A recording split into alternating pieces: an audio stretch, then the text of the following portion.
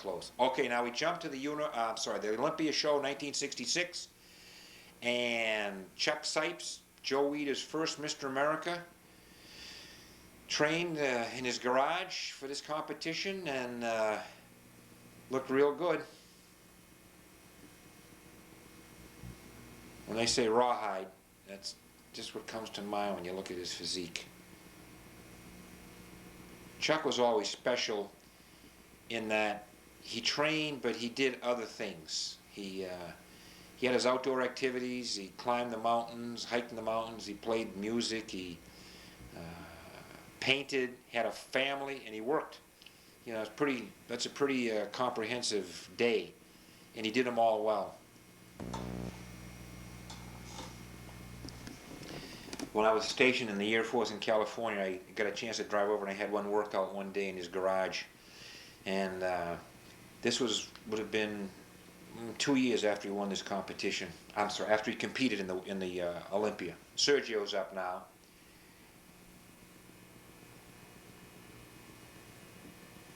And he invited me over to get your workout, and I'll never forget to this day. He had a bench, a power rack, an Olympic bar, and a couple of about 2 sets of solid dumbbells, maybe some 45s and maybe some 60s.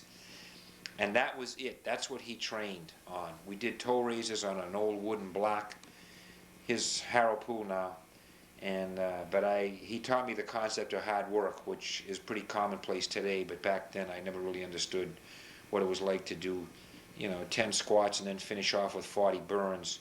And all I can say is to give testimony to the effectiveness was, literally, it took me 2 weeks before I could go downstairs without having my legs hurt. I had never experienced anything like that in my life. Okay, here's Harold. Looked good again this year. In fact, he looked real good. Yeah, now there you. I mean, how's that? Doesn't get much better than that. I don't envy the judges their situation that night. And I don't know.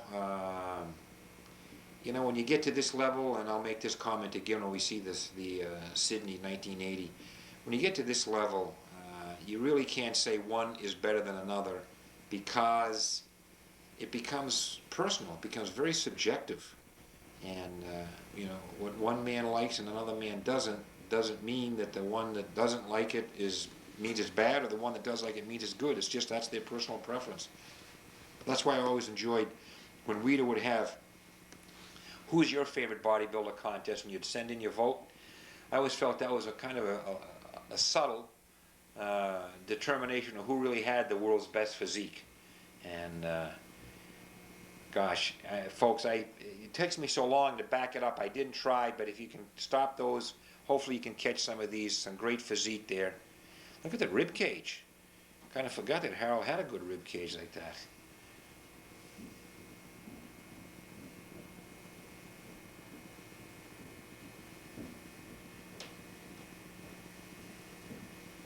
There was that famous frog pose. He was the first one that really pushed the traps, and he had a great pose. I hope I can catch. Do I back it up? No, you'll have to catch it on your own. But that was his trademark. It was that frog pose. He looked good.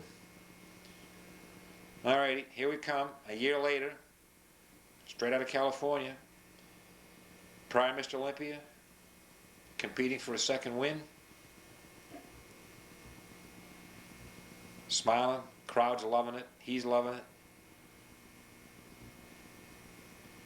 All right, Larry, giving us a little leg action there.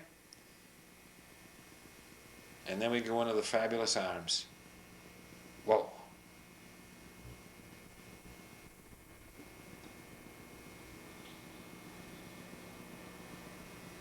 One of my favorite shots, this one with the arm behind the head.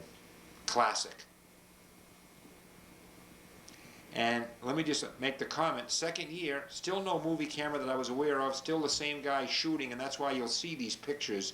When you have that very bright flash, that's the man right in the orchestra pit up on the step ladder shooting.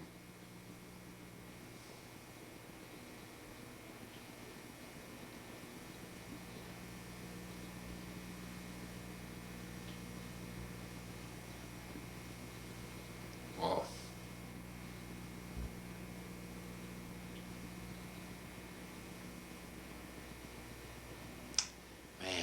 shoulder, arm. Whew. Can't imagine what that looks like in a t-shirt. I just can't imagine.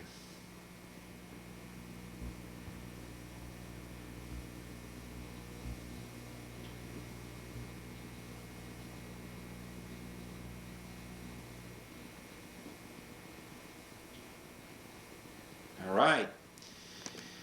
Now the washboard. Get your laundry out.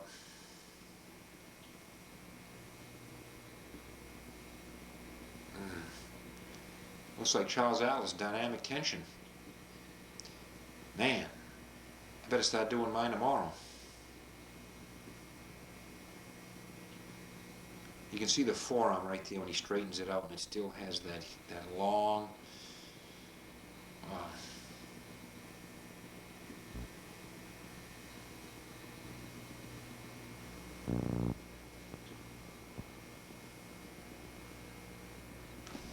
Guess I'd try a little editing here to see if I could catch that flash.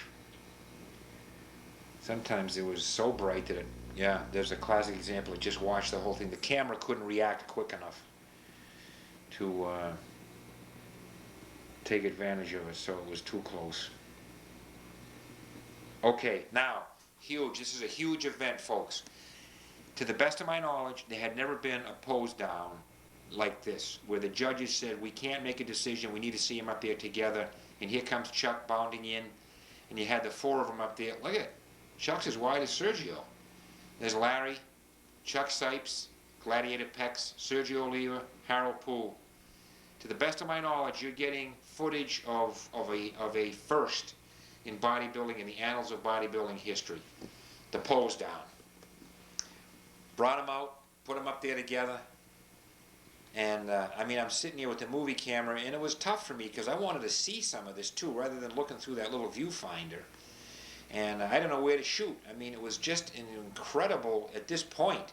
And again, that we're lacking the sound it's a tragedy because, again, the crowds erupted, just going wild to have these four guys on stage together. Phenomenal.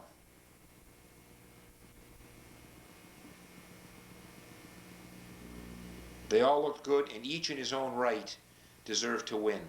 And that's what made it such a great evening. It was just, you know, nothing in the bodybuilding world could have compared to what went on that night, up to that point. Here's Larry come out. He got the trophy. He got his plate, but before he was going to get that little tray with the $1,000, he wanted to make a speech, and he came over and he said basically, thank you very much for the wonderful, warm reception. I'm going to step down, and I want to make room for other people to, when I want to step down for my friend Dave Draper, so that he can, and others, can compete. And of course everybody in the audience was stunned, sad, but he sure gave us 2 great years. There's no question there.